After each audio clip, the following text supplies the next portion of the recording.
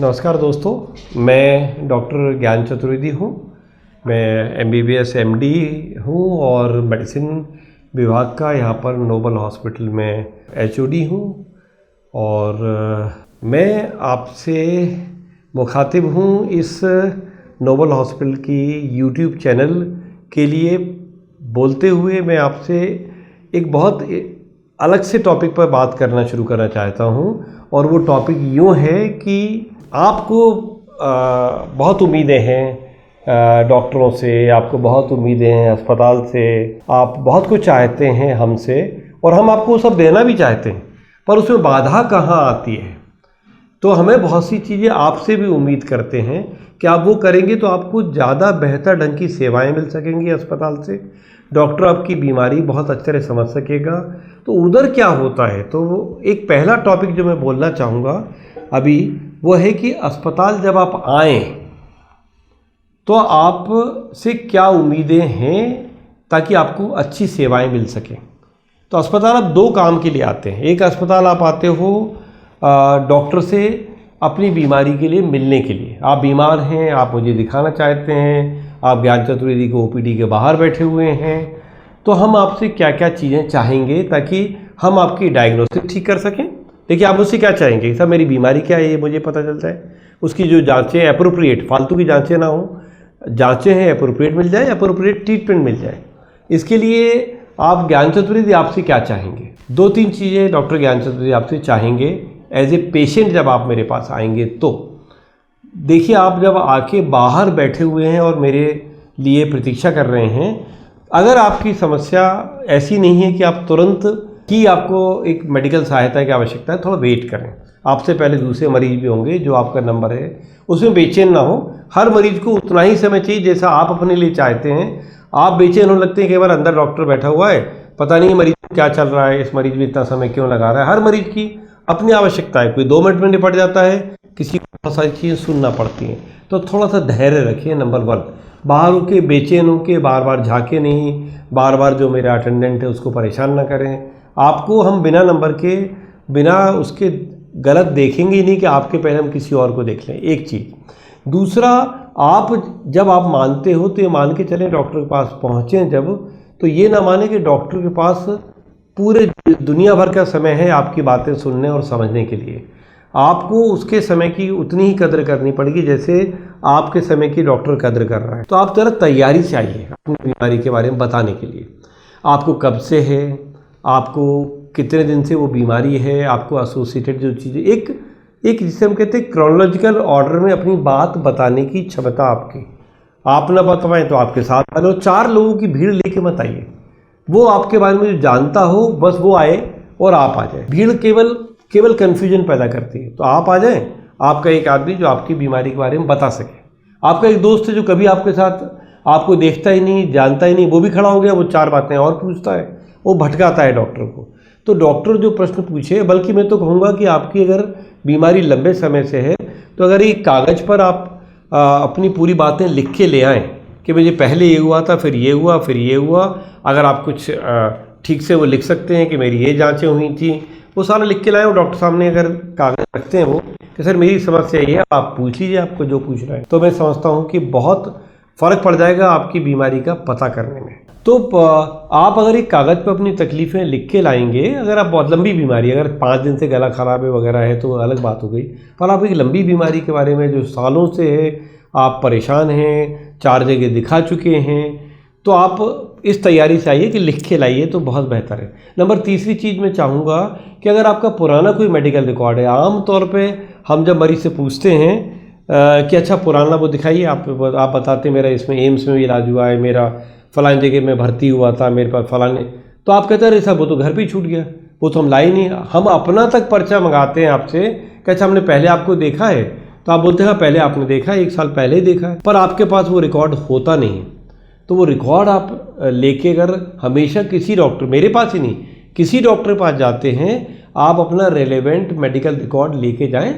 वो उसे देखे ना देखे, वो उसे कितना देखे, ये बिल्कुल इंसिस्ट नहीं करे कि वो आपका जो 20 साल का रिकॉर्ड है पूरा देखे, पर जो रेलेवेंट चीज़ है वो डॉक्टर देख लेगा, वो मैं देख लूँगा जो मुझे चाहिए, पर आपके पास वो होना चाहिए।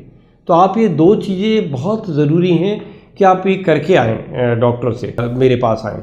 अगर ये 2 चीज़ें करके आएंगे तो मैं आपकी डेफिनेटली ज़्यादा मदद कर पाऊँगा। और आप जो गूगल ज्ञान जो एक कहलाता है, जहाँ गूगल में आप दवाई का नाम डालते हैं, गूगल में जो आप अपनी तकलीफ़ें डालते हैं, उसके आप याद रखिएगा, मैं कहना चाहूँगा कि मेडिकल साइंस में के बारे में कहा गया है कि ये रॉकेट साइंस से भी कॉम्प्लिकेटेड साइंस है, क्योंकि इसमें कोई 2 + 2 4 नहीं होता। इसकी गणित बहुत अलग है। 2 + 2 22 भी हो सकता है, 0 भी हो सकता है। तो कोई गणित नहीं लगता, इसीलिए हर मरीज़ अलग है। आप अगर डायबिटिक हैं और आपका भाई डायबिटिक है और आपका पड़ोसी डायबिटिक है, तीनों के बीमारी एकदम अलग है मेरे लिए। आप बिल्कुल अलग हैं, वो बिल्कुल अलग है, दोनों का मेरा अप्रोच अलग होगा। तो इसे तुलना ना करें, उस ज्ञान को लेके नहीं भटकें। वो आमतौर पर कन्फ्यूज ज़्यादा करता है और आप आमतौर पर गलत प्रश्नों में उलझ जाते हैं और गलत उत्तर मांगने लगते हैं। तो वो मत करें। आप डॉक्टर के पास आएँ, आप कम लोगों के साथ आएँ, अपना पूरा रिकॉर्ड लेके आएँ, देखिएगा कि आपको ज़्यादा बेहतर ढंग की मैं डायग्नोसिस बना सकूँगा, आपको समझा सकूँगा, आपका इलाज कर सकूँगा। ये तो आप जब मेरे पास आ रहे हैं तब की बात। एक ऐसा नहीं आप मेरे पास नहीं आए, आप बीमार भी नहीं, आप बहुत बढ़िया हैं। आपको पता चला है राम प्रसाद जी बीमार हैं, राम प्रसाद जी आपके दोस्त हैं, चलो यार चलते हैं, उनको देखने के लिए चलते हैं। अब आप जाइए, उनको देखने के लिए जाइए, पर अस्पताल कोई पिकनिक स्पॉट नहीं है, अस्पताल कोई घूमने की जगह नहीं है, अस्पताल कोई पार्क नहीं है, कोई अम्यूजमेंट की जगह नहीं है।